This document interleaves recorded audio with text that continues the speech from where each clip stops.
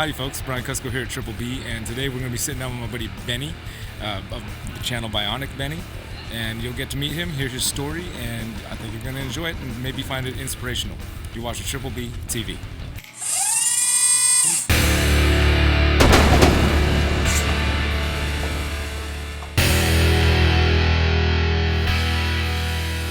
Tell me what brought you here to the reptile show at Tinley Park. Just basically, I've been to reptiles my whole life, and Tinley Park is, one of the biggest shows in America, right? So that's something I always wanted to do. I never had the opportunity before, and, especially now that I got to my accident, and we can talk about that, and that's a whole reason why I'm starting to travel more, because I have a little bit more, I don't work now, so I have a little bit more room for traveling and to do what I really want to do, my passion, but yeah, it was my dream to come to Tinley Park. So I figure, let's just make that dream come true. And then another reason I wanted to come to Tinley Park is to meet you and a lot of the other, YouTubers here. So that was a big reason. It's not just the reptiles, it's the people and the networking and all that stuff. Well, I think it's pretty cool that you took the opportunity to get in a pretty horrendous accident that disables you pretty strongly, but your thing is not, okay, I'm going to shut down and not do things. Now I'm going to start doing things I've always wanted to do and be more mobile. Exactly. I get that all the time. So I told myself in the beginning, it was probably one day of realizing, I lost my leg. My sister showed me the picture because then I woke up out of my coma. And she showed me, she's like, hey, do you know you're missing a leg? And I had a trach, right? And I couldn't talk, so she was like, what are you saying, this and that. She showed me the picture, and I was like, oh my gosh. But that was one day of really, figuring out what's my body's like now. And that's all it was. And after that day, I thought I was going to be sad about it and all that. And the most thing I was sad about is my brothers gave away my snakes to East Bay Vivarium. You know what that is, right? And I'm glad it went there more than anywhere, but that was my saddest point of the whole situation, is losing my snakes. But I did restart. My goal is to just try to do the whole YouTube thing and pursue something that I really am happy about and passionate about. And meeting people like you, networking, just doing everything, that I always wanted to do. What kind of person, so you were more sad about losing your snakes than losing your leg. What does that say about your personality? Who are you before you the accident? Oh man, if you asked anybody, I was just always the happiest person, always giving, always trying to think about people, somebody else before myself. And just a good personality. And when I lost the leg, I was, just in shock of, everything going on. I don't know. But it's incredible. So just your attitude through it. So you were already a happy person before, and this didn't change you. We are now selling tickets for the U.S. Arts 50/50 raffle. When all that happened, my accident, losing the snakes and losing my dogs was the biggest thing that affected me, because animals have been my whole life since I was a kid. My dad is a big part of that. My brother is a big part of my reason why I'm into animals and snakes and reptiles, fish also. So yeah, my sister didn't allow me, she only allowed me a fish tank because I had to move with family after my accident. She allowed me one fish tank, and she's like, that's all you could have. So I was like, okay, I'm fine with the one fish tank, but I knew inside of me I wanted my snakes again.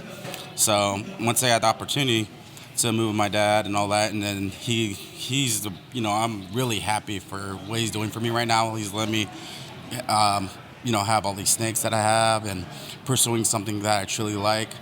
So I just started, buying all the snakes that I always wanted. Now I had my first clutch of ball pythons in July. So I was super excited about that. And that was a big, goal for me to do. What was the pairing? What was the clutch? So the clutch was albino pied, possible orange dream, possible pastel, to a candy, possible het pied. So I was trying to go for that Candino pied. Proved out to not be pied, the female. And I got pastel, so it was a pastel albino pied I have. And I had 5 Candinos.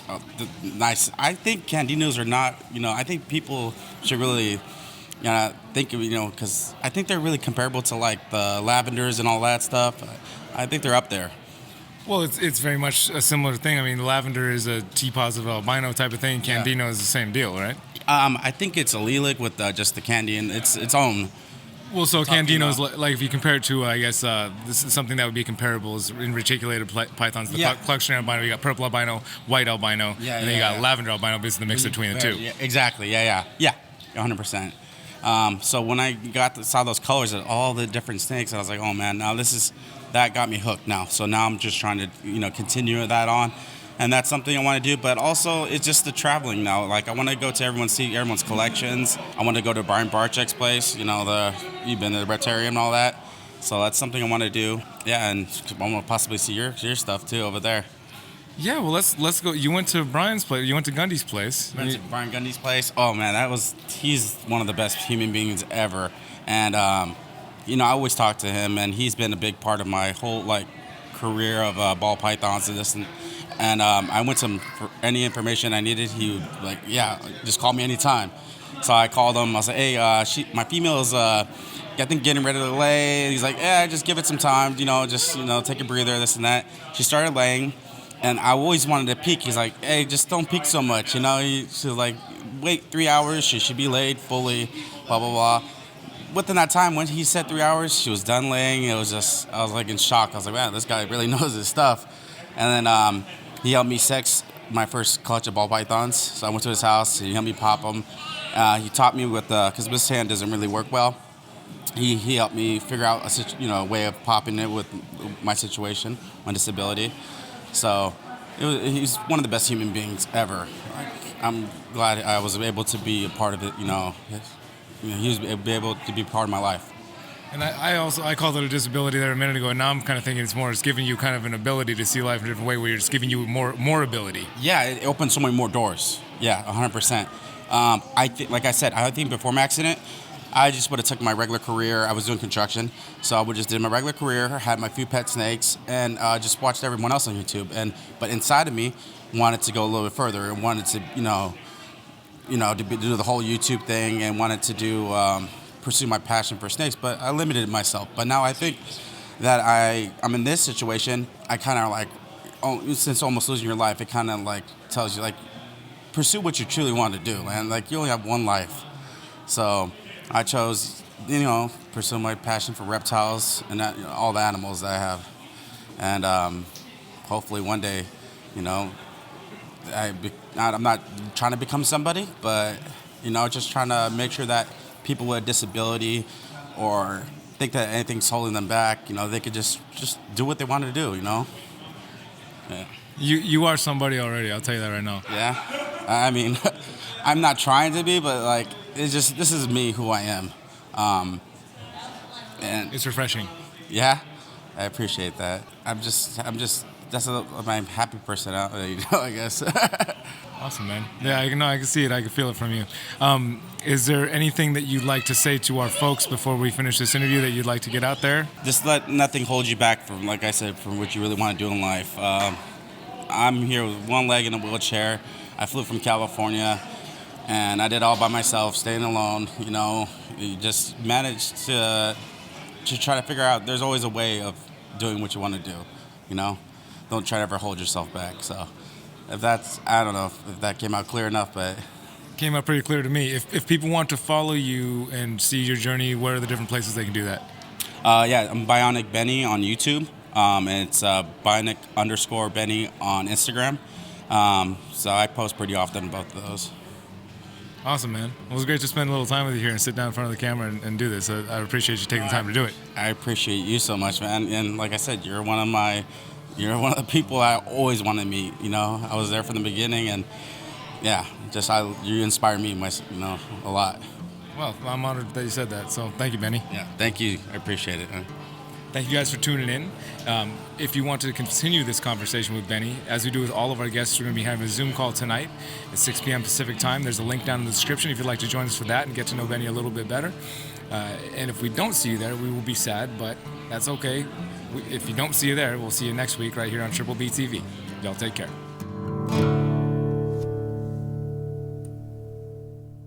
Thank you guys for tuning in. If you'd like to continue this conversation with Benny, we're going to have him as a guest, as we do with all of our guests, as a Zoom. Oh my God.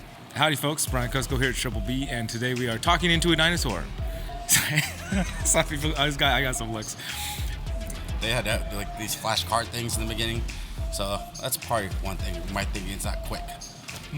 Well, So I didn't notice. Yeah. No. Okay. So I've seen people that didn't have traumatic injury have slower brains than this. I promise. yeah. You can buy those from a volunteer or at the U.S. Ark booth for $5 each or 5 for $20. The drawing will be at 3 o'clock. Why didn't they have that mic at the auction last night? I know.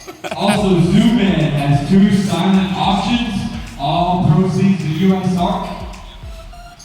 2 of the set-up vivariums in the Zoom In booth.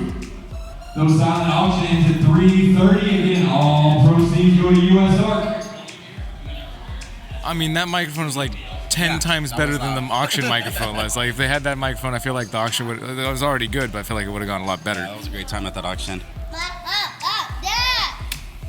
Let's see here. Oh, we look great. Oh, you're over there looking at yourself, huh? Yeah.